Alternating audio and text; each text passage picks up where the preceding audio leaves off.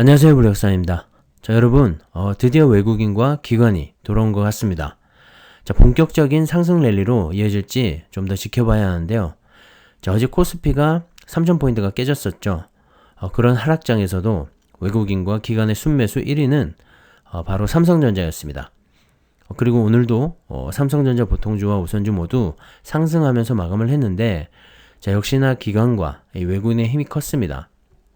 자, 이제 드디어 긴 조정을 끝내고 본격적으로 상승을 하게 되는 걸까요? 저는 개인적으로 상당히 긍정적으로 보고 있습니다.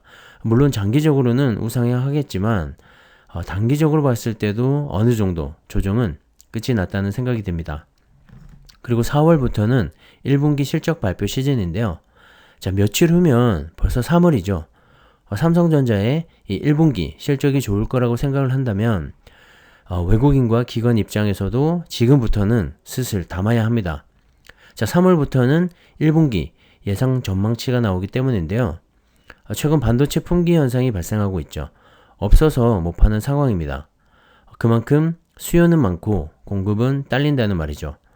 반도체의 단가 역시 상승할 수밖에 없습니다. 당연히 매출액과 영업이익 모두 좋게 나올 수밖에 없는 것이죠.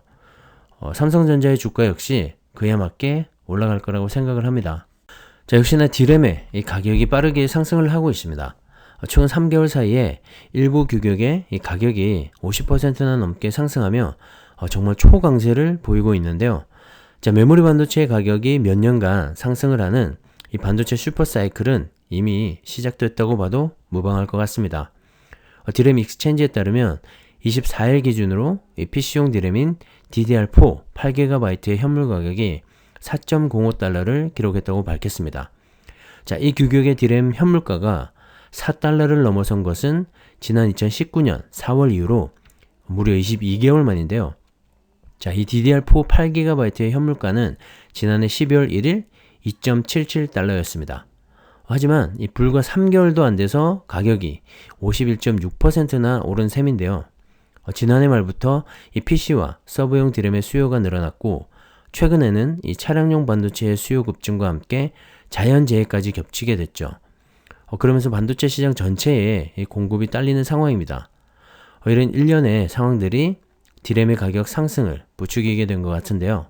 자, D램 현물 가격의 이런 상승은 기업 간 거래인 고정거래 가격 상승으로 이어지게 되기 때문에 삼성전자에는 틀림없는 호재임이 맞습니다. 자, 트렌드포스에 따르면 지난 1월 PC용 DDR4 이 8GB의 평균 고정거래 가격은 전월 대비 4.84% 상승을 했고 클라우드 업체들이 구매하는 이 서버용 D램도 전달 대비 5%가량 올랐다고 밝혔습니다. 역시나 현물 가격의 상승에 따라서 이 고정거래 가격의 상승세도 이미 시작되고 있는 것으로 보입니다. 코로나로 인한 비대면 수요 증가로 PC와 클라우드 업체의 서버는 물론이고 신규 게임 콘솔의 그래픽 D램 수요까지 급증을 하고 있는 상황이죠. 그에 반해서 삼성전자를 비롯한 SK하이닉스와 마이크론 등 이 3대 메모리 반도체 기업들의 신규 시설 투자는 공격적이지 않습니다. 게다가 구글이 올해 카타르와 마드리드, 파리 등의 새로운 이 클라우드 데이터 센터를 구축할 계획이 있는데요. 자, 구글은 현재 세계 최대의 클라우드 서버를 가지고 있죠. 기존의 서버 교체와 함께 증축을 하게 되면 더 많은 서버용 D램이 필요하게 되는데요. 자, 현재 수요와 공급의 상황을 고려해 봤을 때 당분간 이 D램 가격의 상승은 불가피해 보입니다. 자, 업계에서도 2분기 이후 D램의 가격이 더 큰 폭으로 상승할 것으로 예상을 했습니다. 자, 올 한 해 삼성전자의 수혜는 불보듯 뻔하고요. 우리는 그저 분할 매수로 차곡차곡 주식을 모아가면 될 것 같습니다. 어제 미국에서 한 가지 뉴스가 있었죠.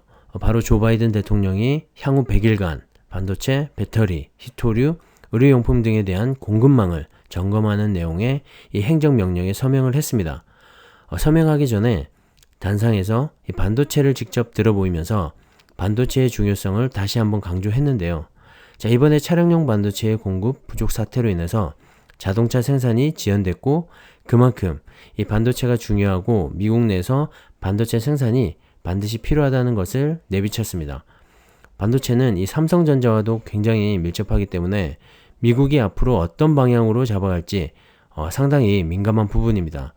골자는 현재 공급망이 붕괴된 건 아니지만 이 앞으로는 차량용 반도체를 비롯한 이 반도체의 수요는 더 늘어나게 될 텐데, 자, 미국 내 생산이 아닌 아시아 등의 수입 의존도가 높다. 그래서 미국 내의 생산 공장 증설과 그에 따른 비용 발생 부분은 정부가 지원하겠다. 뭐 이 정도로 요약해 볼 수가 있을 것 같습니다.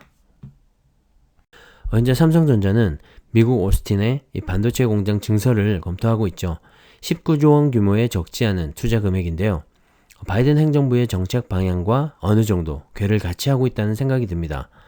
삼성전자 입장에서도 미국의 파운드리 공장을 증설해서 향후 늘어나게 될 시스템 반도체의 수요를 감당하면서 미국 내 공장 증설 효과로 미국의 대형 팹리스까지 유치하게 된다면 뭐 나름 나쁘지 않은 시나리오이긴 합니다. 다만 걱정되는 건 이 시스템 반도체의 특성상 주문과 함께 생산이 일어나는데, 자, 공장만 실컷 지어놓고 발주가 없다면 손해가 크다는 겁니다. 자, 현재는 이 TSMC가 독보적인 입지를 내세우고 있지만 최근 삼성전자의 대형 수주도 늘어나고 있고, 특히나 이 7나노 이하의 극자외선 EUV 공정에서는 TSMC를 제외하면 경쟁 업체가 없기 때문에 낙수의 효과도 기대해 볼 수가 있습니다. 물론 삼성전자의 기술력도 뛰어나기 때문에 향후 더 고도화되는 반도체 시장에서는 이 TSMC를 잡는 날도 오지 않을까 기대를 해봅니다. 아무튼 이번 바이든 행정부의 정책과 함께 삼성전자의 미국 공장 증설도 100일 안에는 확정되지 않을까 합니다.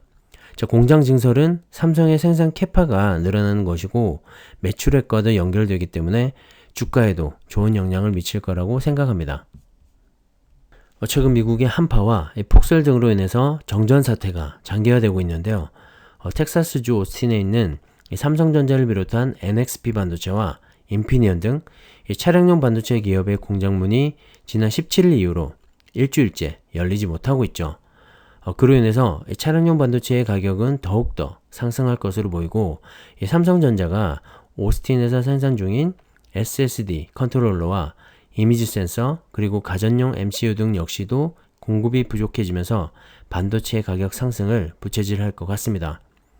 미국뿐만 아니라 세계 최대의 반도체 위탁 생산 기지인 대만도 최근 잇따른 지진과 가뭄으로 인해서 반도체 생산에 차질을 빚고 있죠.